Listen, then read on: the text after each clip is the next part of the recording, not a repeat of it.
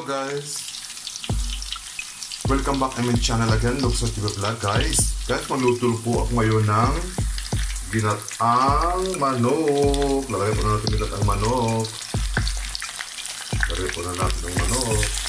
No?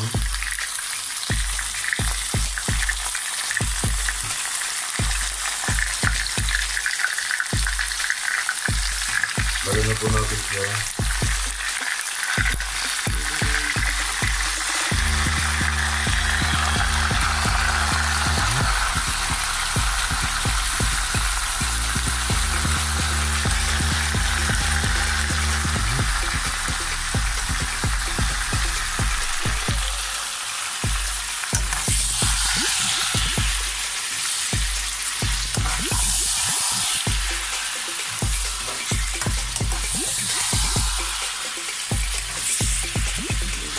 Halo-haloin po natin para po maanod siya, no?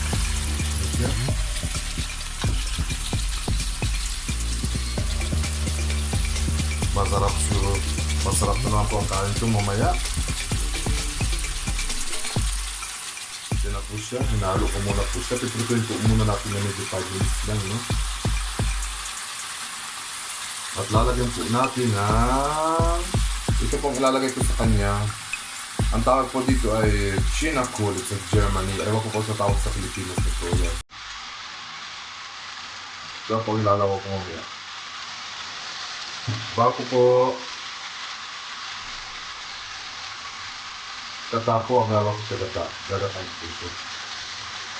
Gagatan po siya natin. Yan. Ha? Gagatan po siya natin.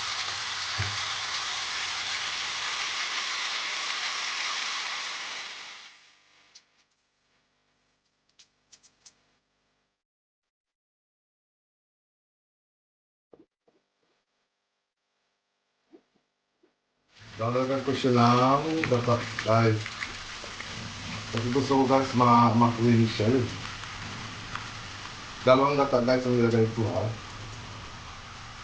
Dalawang gata guys. Dalawang gata guys ang nilagay ko. Dalawang gata guys ang nilagay ko ha. Dalawa. Para mas masarap siya guys, di ba? Oo. Diba para mas masarap, creamy siya guys. Yun ang gusto ko, lalakong ko siya ng Chinakohl sili, yun lang guys. Gusto ko kasi medyo maraming gata guys na kasi talagang mas masarap yun sa atin, diba ganun sa Pinas. Hintayin nyo guys. Siya guys, pagkatapos kong nilagay ang coconut milk guys, yung gata, yung kinaman nyo guys sura guys. Hintayin natin guys maluto ang ating chicken. At lagay natin yung gulay. Mamaya po, hintayin po natin siyang palambutin natin guys. Palambutin po natin siya. Mapapalaki na naman ang kain ko nito guys. Kaya nagulo-gulo na siya. Hintayin lang natin lumambot siya guys. At ilagay natin ang gulay mamaya. Yung China po. Bago sili guys. Hintayin po natin lumambot guys. So hintayin natin.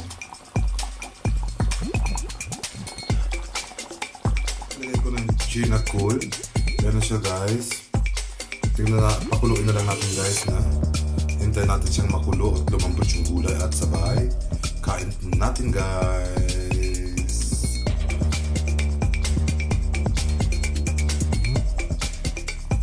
Thank you so much guys for watching. Please don't forget to subscribe, like and share guys and comment guys. Thank you so much. I love you all.